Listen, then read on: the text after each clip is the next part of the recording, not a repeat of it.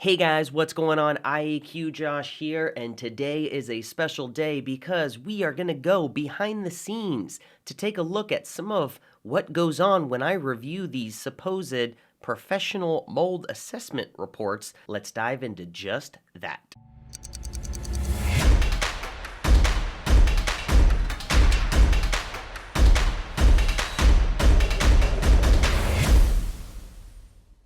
All right, guys, so let's dive into it here. So we've got a report in front of us. Full disclosure, this is a report that relates to a property that I myself have also been to. I have, since the production of this report, I've actually been out there and performed an assessment service myself, which was focused on more of the causation and the identification of the sources, if you will.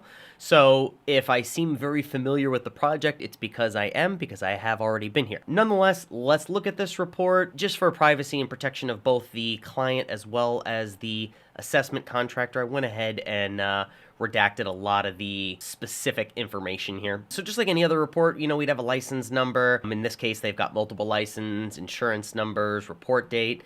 And then we've also got down here, it looks like quite a few credentials. Now, by credentials, this could also just mean something as simple as affiliation. So, for example, you aren't necessarily certified by the Indoor Air Quality Association, or IAQA, but it's more of something that you would join, basically become a member of this organization. Normie is one that does offer certifications, and I won't go down this whole list here. You can always screenshot this and look into any of these if you are interested. But scrolling on down, our next page here is going to be a table of contents. Everything here is pretty straightforward.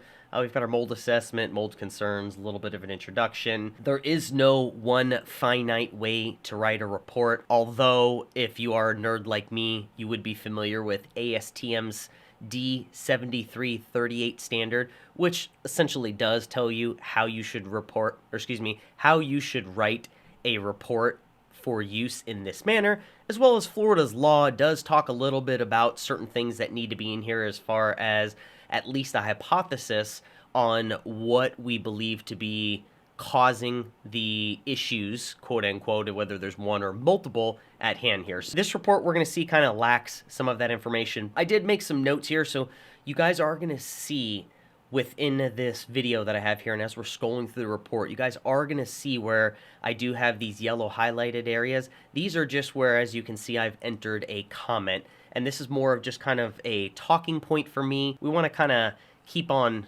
track here. So with respect to having an estimated cost, albeit it is not required, as you can see here, I put it as a nice touch. It can be somewhat helpful, especially if a mold assessment contractor does have experience in the mold remediation field, such as someone like myself. It could be actually hugely valuable to indicate or associate an estimated cost on what it might cost your consumer or your client here to actually hire a company, some sort of price point to give them an idea of quote unquote the damage that they're looking at. All right, and as we scroll down here, we're going to come to kind of a overview page, something like I'd have in my report as well. So when we actually dive into some of the key findings, as this company and their inspectors say, we've got evidence of visual mold growth. This was noted during the mold assessment at the above mentioned property, locations of elevated moisture, etc., etc. This is just kind of a quick overview of what they deem to be the mold concerns within the property. And as we scroll down now into a little more of a formal introduction area, this is where you're going to have a little more client-specific information, also going to reference a property address, which was behind this area here.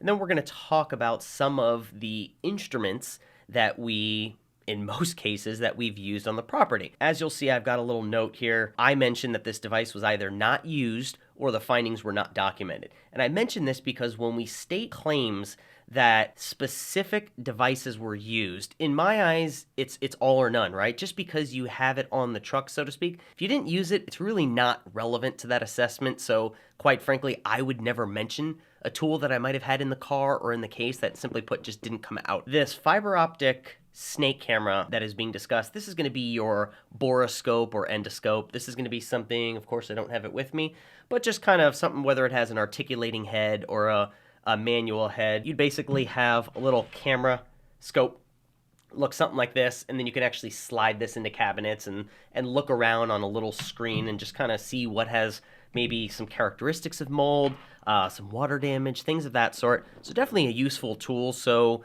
why it wasn't used here when I ended up using it here, I don't know, but again, I wasn't there, so I don't want to knock the methodology in which someone used to get to the conclusion that they got to. Getting into the mold remediation outline.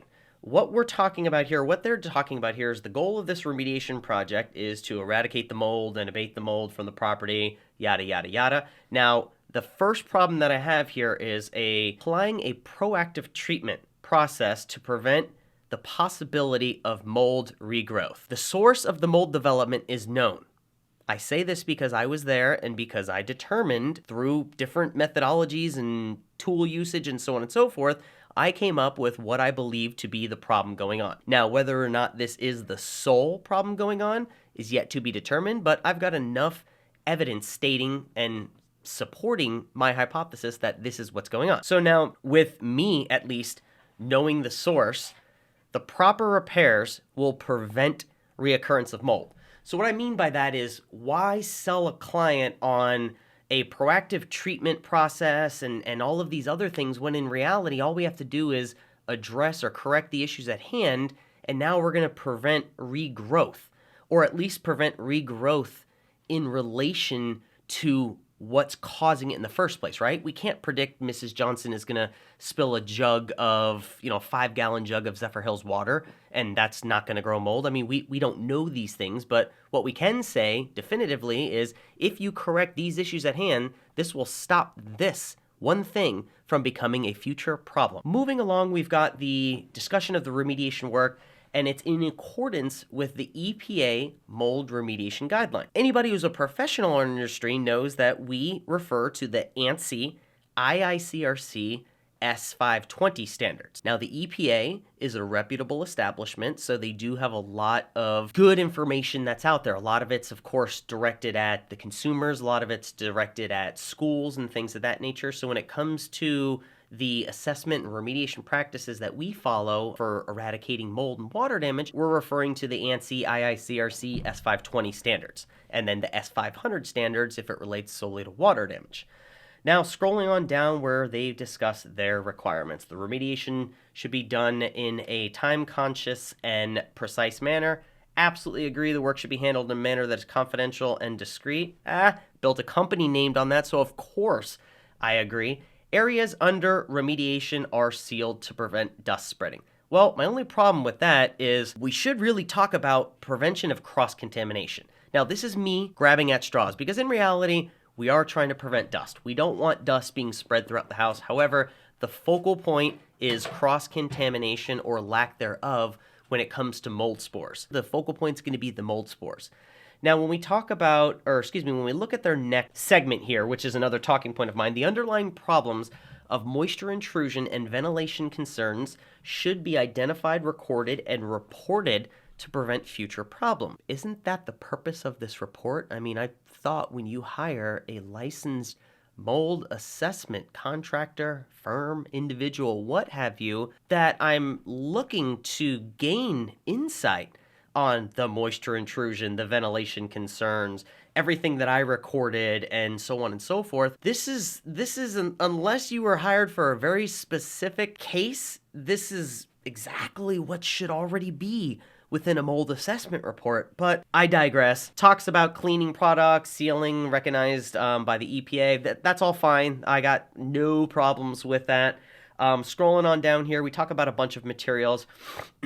Never a bad idea to highlight or talk about the materials and products and so forth that would and should be used during a remediation process. We've got the mention of a facility when in reality this is a single family home. If this was the only problem, I would say this, I wouldn't even highlighted this because I would just say this is something that just John, Jason, Tony, whoever was putting this report together, just simply forgot to click on an update. But getting into the treatment process here, we've got discussion of the polyethylene plastic sheeting that should be used, which is great. We talk about negative air pressure differentials, all good stuff. Again, prevent the spread of dust and spore spreading. Again, perfect. Hit the nail on the head there. Loving this so far. Then we get into number 4. Any excess moisture present throughout the affected area will be thoroughly dehydrated if and where necessary as determined through infrared thermography imaging. Whoa. So infrared thermography imaging, number one, isn't the right way to even say this. I can see infrared thermography, I can see infrared thermal imaging, but infrared thermography imaging, it just sounds like it's trying to be smarter than it actually is here. And in fact, thermal imaging cameras do not show moisture in building materials. Let me say it again, thermal imaging cameras do not show moisture in building materials. Anybody that tells you otherwise is absolutely lying to your face. All these cameras can detect is differences in surface temperatures. And when we use these cameras as a professional, what we're looking for is what's known as a thermal anomaly. As you guys have heard me talk about this in other videos, we are looking for something that does not look like the others. Nonetheless, this is not a lesson on thermal imaging cameras or infrared thermography imaging. Let's keep moving along here. So the process continued, the treatment process. Moldy materials will be removed. Heck yeah, absolutely. Why shouldn't they be? Here's my problem. What materials? Where? There's no guidance.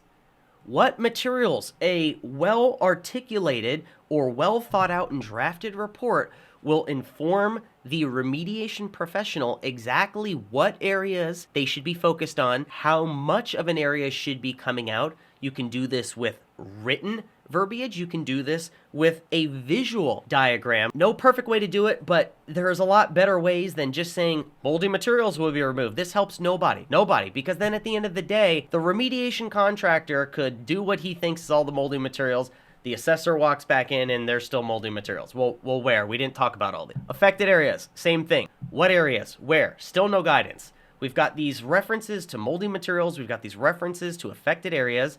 And then now we get into these affected areas, as we call them, will be dry iced, which I'm assuming they mean dry ice blasted. That's fine. Dry iced and or sealed with a fungicidal protective coating. As you see in my note, these two tasks serve as separate functions within the remediation process. Had they said dry iced and sealed, maybe that makes sense, but not and or. You do not give options to either do something correctly or throw some paint on it and not do it correctly. So this is very misleading, and this, with the wrong remediation company, this is just a home run assessment report, because this puts everything in my shoes, which is not what you want as a homeowner hiring an independent mold assessor here to provide guidance. Electrostatic disinfecting will be performed throughout the house where evidence of mold growth was present. Again, I could say, well, where is this stuff? There's been no discussion of it, but I think the previous two statements tell you just that,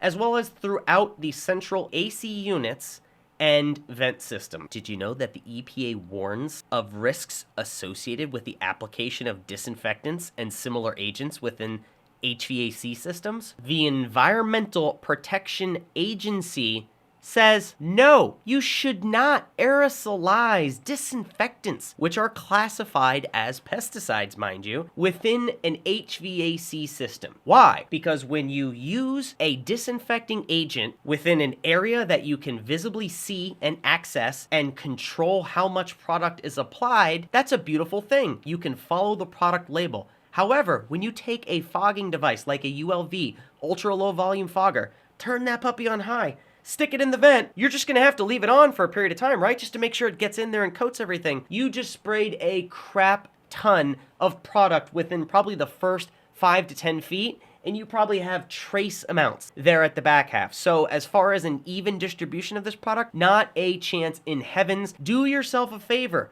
Whether you see this in an assessment report or whether you have a remediation professional telling you, I'm just gonna fog the duct system, that'll take care of it, that should scare the crap out of you. When you hear fogging and there is no rhyme or reason that actually makes sense and has some sort of standardized backing or documentation to maybe validate this process, run. Decontamination, air purification, hydroxyl generators, that's fine. I love them. I mean, that's good stuff you could be using. The full premises will be thoroughly aired out with scrubbers and HEPA vacuumed where needed. Again, same thing, where the statement's too vague. We need more information here. We've got 13 line items, and we still have no idea where the mold is within this house. This is not helpful to anyone. Even if the company sends out a different assessor at the end of this, they are not going to know what the previous assessor was even looking at, short of some outstanding documentation that I'm just not seeing within this report. Let's look at the last statement here, which was very interesting to me. Remediation work should be performed by a licensed and insured mold remediator and always follow IICRC guidelines for mold remediation. This conflicts with the above mentioned EPA mold remediation guidelines. Makes me happy though. I could shed a tear here because IICRC is really what we should be looking at. Same thing, this could have just been simply a checks and balances thing. IICRC down here, EPA guidelines up there. I think, again, there just should have been more care put into the reporting process. Let's scroll down to look at a estimated cost. Okay, that's cool. We just talked about that. Here's the problem. Including clearance testing and remediation? Wait, I thought you couldn't do that in the state of Florida. The state of Florida has this to say about performing both assessment and remediation services.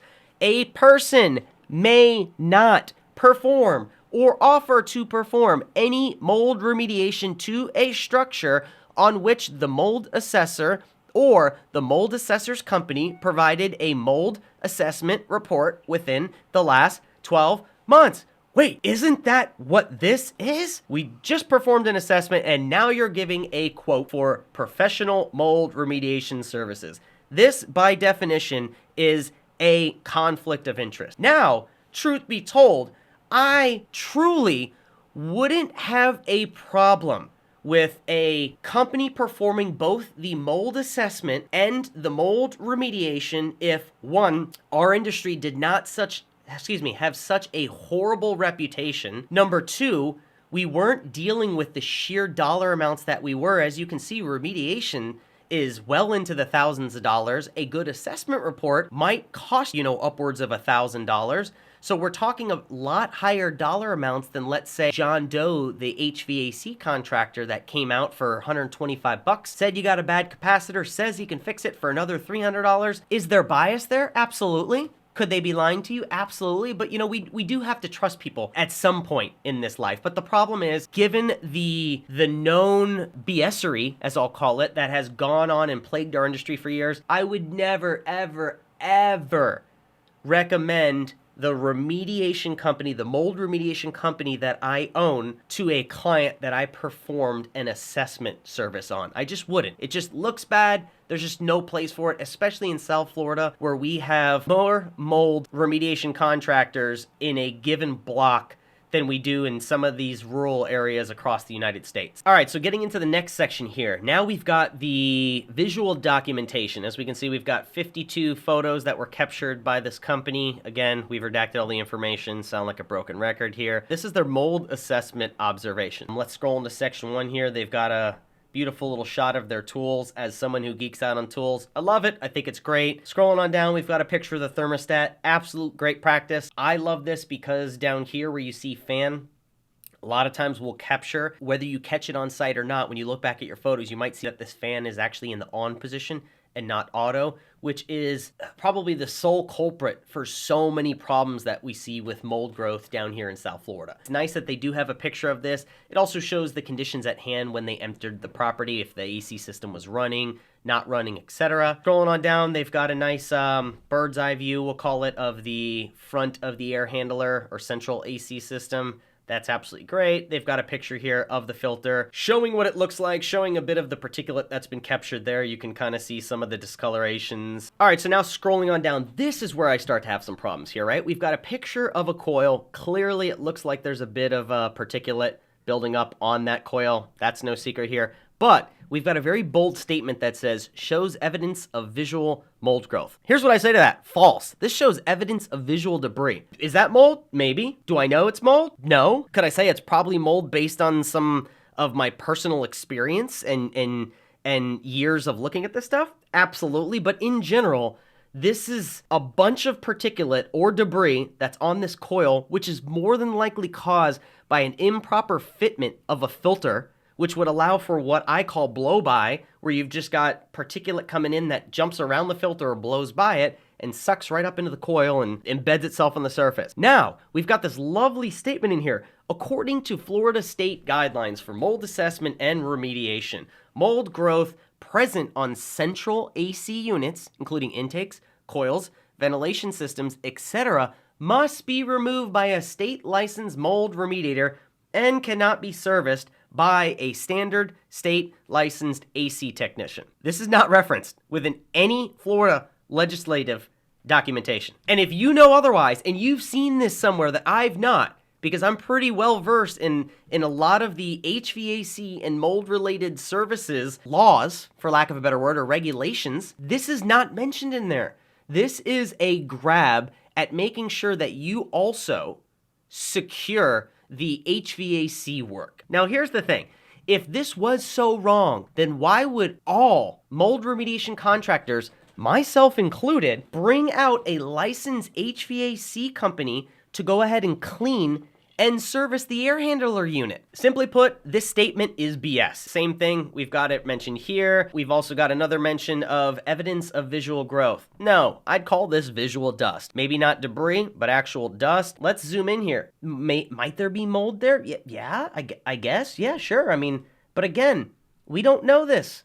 We don't know this. And given that I've not seen a single surface sample procured and discussed within this report, I am sure as heck not going to call that mold. You are going to see a lighter white spotting pattern like you would see here if you use an ultraviolet light. Now, what I choose to do is I will go into these areas with the lights completely off, and I will use a very bright high lumen flashlight to light these areas up. I've talked to you guys in previous videos about casting the light right across the surface, and you'll start to see patterns of dust and buildup of dust. So that's what I choose. That's my flavor, a cup of tea. So this company chooses to do the UV lights, and more power to them if it works.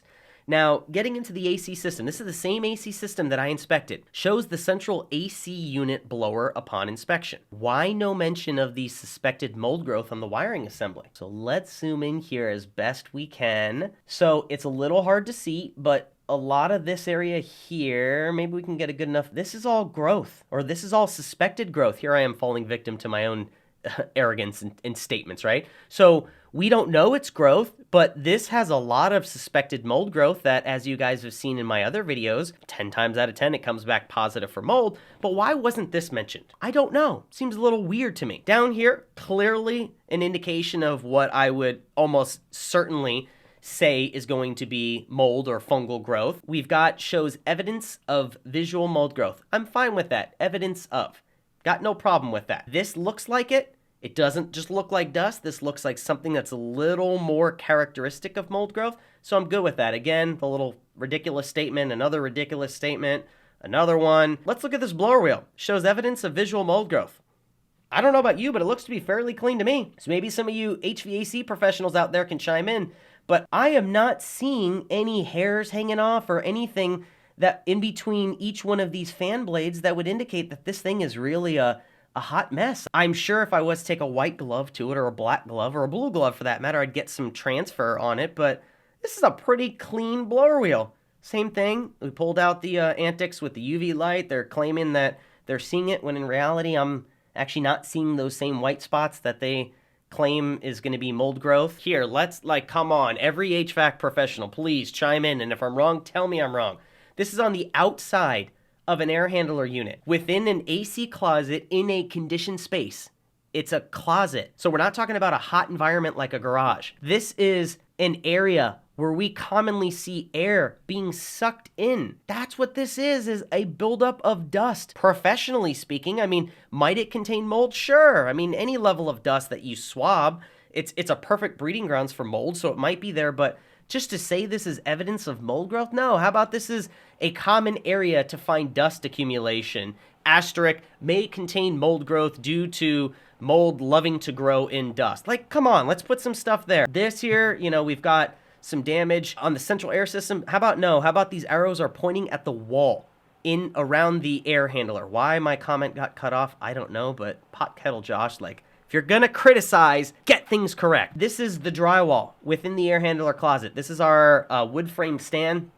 This is the air handler and the pan sitting on top of this stand. We can see that there's damaged drywall there, which again has characteristics of mold. So I would say, sure, evidence of visual mold growth, but on the wall, not the unit. Now, getting into one of my favorite things here, and I did consult with one of my known and trusted HVAC professional colleagues and inquired about whether or not a digital anemometer, or an analog for that matter, but an anemometer at a single output, if you could hold up a device such as this and determine that airflow levels are low upon inspection, let alone making a claim as to what it could be, like the result of a clogged coil. This is a bold statement by a company unqualified to make this claim. So then we're getting into talking about the evidence of mold growth in here.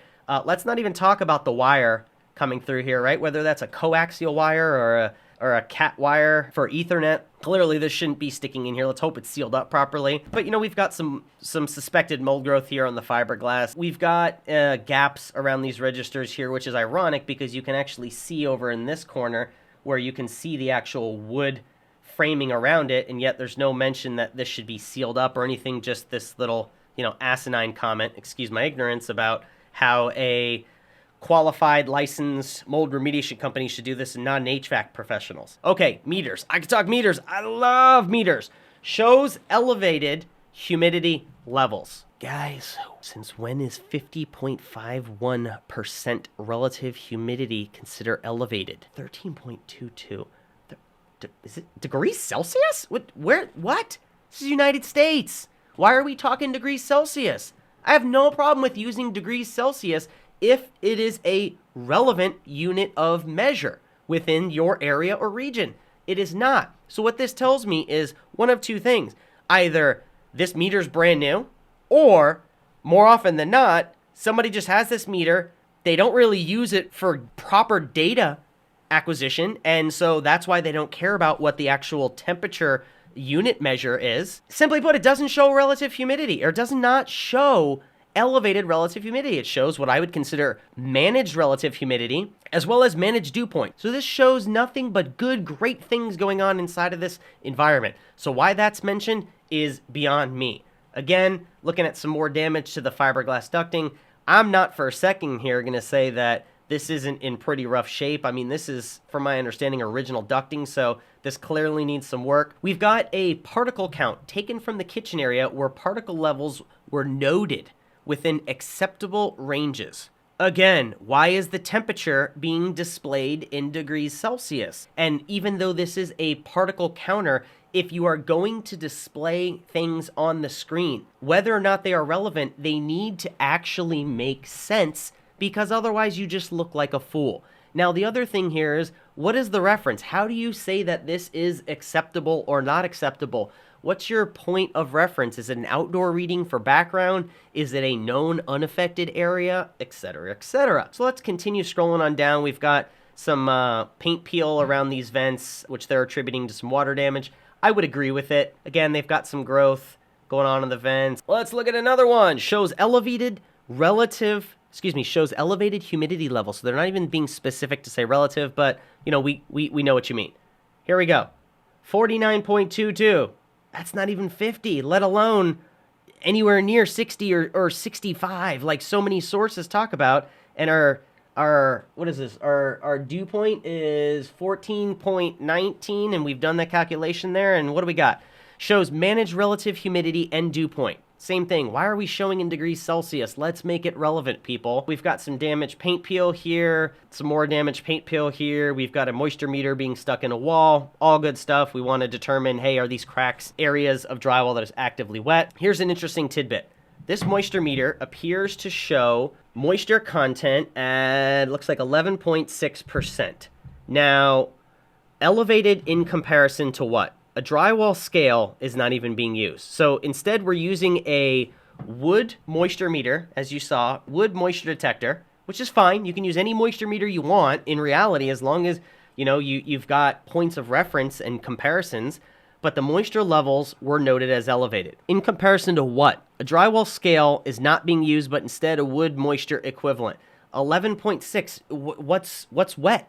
Or what's not wet? 11? 10? I mean, on the wood moisture equivalent scale, anything under 16% is typically going to be dry, depending on the surface temperature. Let's scroll on down, keep looking through here. Look, we've got an 8.5%, which is quite a bit lower than this previous number of 11.6%, yet we're still calling it elevated. So again, drywall scale is not being used, but instead a wood moisture equivalent. Give us some guidance here. What's our dry standard? What's our known acceptable dry areas? Oh, my favorite, using the infrared thermography 9000, whatever here, shows moisture. What did we say earlier? These cameras do not show moisture, so we know that's false. But here's the best part. Thermal cameras not showing moisture. Furthermore, the camera hasn't even booted up yet. Anyone who's ever used this camera knows that this is a progress bar showing when the camera is fully booted up. Not to mention, we don't have our temperature range that's actually present here. Yet another indication that this camera's not booted up. But still, like, if you're going to use wicked informative information or technology like this, because this is great. So this is an excellent tool to be used if you know how to use it. If you don't, just leave it in the car. Leave it with the Snake Optic camera. Elevated moisture, again, same thing. No, 52% relative humidity, dew point of 15.35. Again, it doesn't. It shows managed relative humidity. However, here's the interesting point. It does show at-risk dew point. If I'm not mistaken, that 15.35 calculates to higher 50 percentile on the temperature, which is going to be anything around a 60 degree dew point. Like you're kind of in a concerning point, because a lot of times the air temperature coming out of these vents is already right around 60 degrees, let alone sometimes even lower with these newer HVAC systems. So now once you get close to that dew point, that's when you're starting to have a world of issues. So that's something that probably should have been mentioned, but that was left out. And we've got an area here, has to be removed per the technician's recommendation. What? What did the technician observe? Some context, some tidbit of information would be helpful in telling us why this drywall needs to be removed. Condensation buildup, great. Oh, another one of my favorites, the hydro sensor. This is an awesome device. If you have ever done any level of responding to a recent water damage that has carpet throughout the property, you walk in with the stick, you just stick it in the ground, beep, beep, beep, beep, beep, beep, beep, beep. Once you stop hearing the beeps, you know that you have hit the outskirts of how far that moisture has migrated. Did you catch the key word? Carpet. This sensor, why on earth is it being used on a ceiling? This is designed for detecting moisture migration patterns, as I say, within carpet and padding.